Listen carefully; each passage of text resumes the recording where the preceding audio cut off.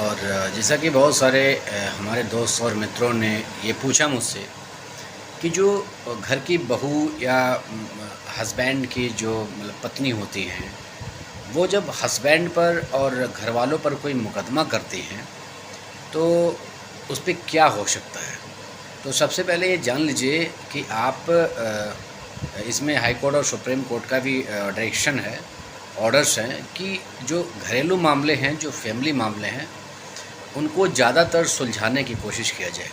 इसीलिए जब भी कोई महिला एप्लीकेशन देती है थाने में, तो सबसे पहले उस पर मेडिसिन कराया जाता है।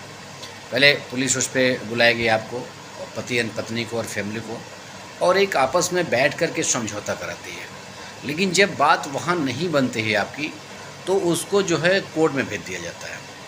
लेकिन ऐसा नहीं कि मुकदमा करके कोर्ट में भेज दिया जाता है। मुकदमा होने से पहले जो महिला एप्लीकेशन दी रहती है, उस एप्लीकेशन को मीडिएशन के लिए कोर्ट भेज दिया जाता है, जहाँ पे लड़का और लड़की दोनों को बुलाया जाता है, फैमिली भी आती है। वहाँ पर भी बैठ के आपस में समझौता किया जा सकता है।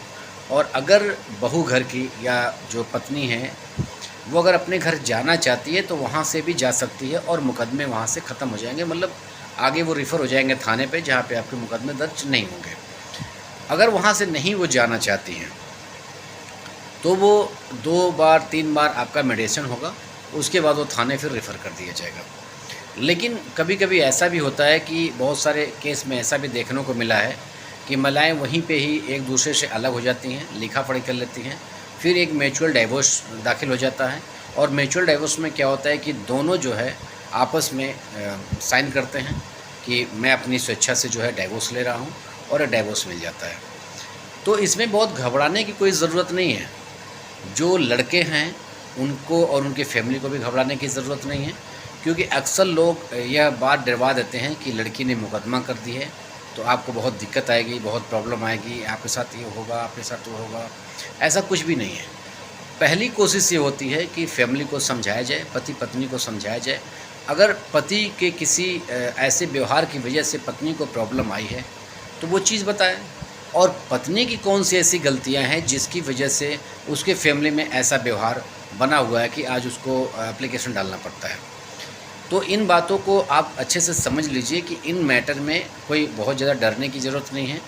और कोशिश ये करिए कि समझौता हो जाए, चाहे वो रहने की समझौता हो जाए, चाहे अलग होने की समझौता हो जाए। लेकिन अगर आप मुकदमेबाजी करेंगे दोनों पार्टी, और मुकदमेबाजी में लड़ेंगे, तो भी आगे चल के यही सारी चीज़ें होनी हैं। क्योंकि जहाँ तक ये मानना है, अक्सर आप लोग देखे होंगे कि जो इस तरह के मुकदमे हैं, ज़्यादातर उसमें रॉन्ग ही आते हैं। और अक्सर एप्लीकेशन भी आप पढ़ेंगे तो उसमें बहुत सारी चीज़ें बढ़ा चढ़ा के लिखी रहती है। जो भी एप्लीकेशन है उसमें महिलाएं लिखा देती हैं कि मुझे दहेज में ये मांगे, दहेज में वो मांगे। मैं मानता हूँ कि पीड़ित हैं, मैं मानता हूँ कि कहीं न कहीं आपके रिश्ते नहीं चल पा रहे हैं, मैं मानता हूँ कि कहीं न कहीं कोई आपकी फैमिली में दिक्कतें आती हैं। तो इसका मतलब ये नहीं कि लिखाते समय आप लोग इतना लिखा दीजिए कि जो आपके पति का परिवार है उसको सर दर्द बन जाए कि मुझे इतनी सारी देना है, इतनी चीज़ें हमने लिया नहीं तो दिया है। तो बहुत सारी चीज़ों में सही भी होता है, जहाँ पे कुछ महिलाएं सही चीज़ लिखाती हैं और आगे चल के वो चीज़ें बन जाती हैं। लेकिन अगर बहुत सारी चीज़ें आप झूठ लिखाते हैं, झूठ की बातें करते हैं, तो ऐसा नहीं कि पुलिस थाना नहीं जानता, वो भी जानता है कितनी सच्चाई है इसमें। जब कोर्ट में बातें जाती हैं तो जो जज साहब होते हैं वो भी पढ़े लिखे हैं, बहुत सारे उन्होंने क्वालिफाइड करके आए हुए हैं, और हमसे आपसे बहुत ज़्यादा उनको नॉलेज भी है। आए दिन ऐसे मैटर वो देखते हैं, तो उनको भी ये चीज़ें ज्ञान होती हैं कि इस मैटर में कितना गलत और कितना सही हो सकता है।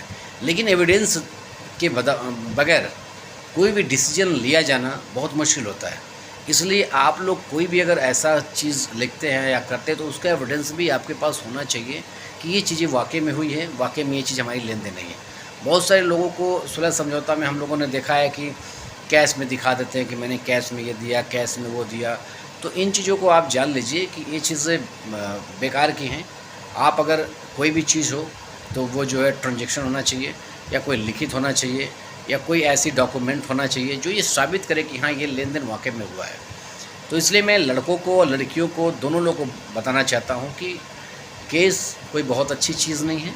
आप लोग कोशिश करिए आपस में ही कि मामले सलट जाए। जिस तरीके से भी सलटा सकते हैं आप लोग सलटाइए।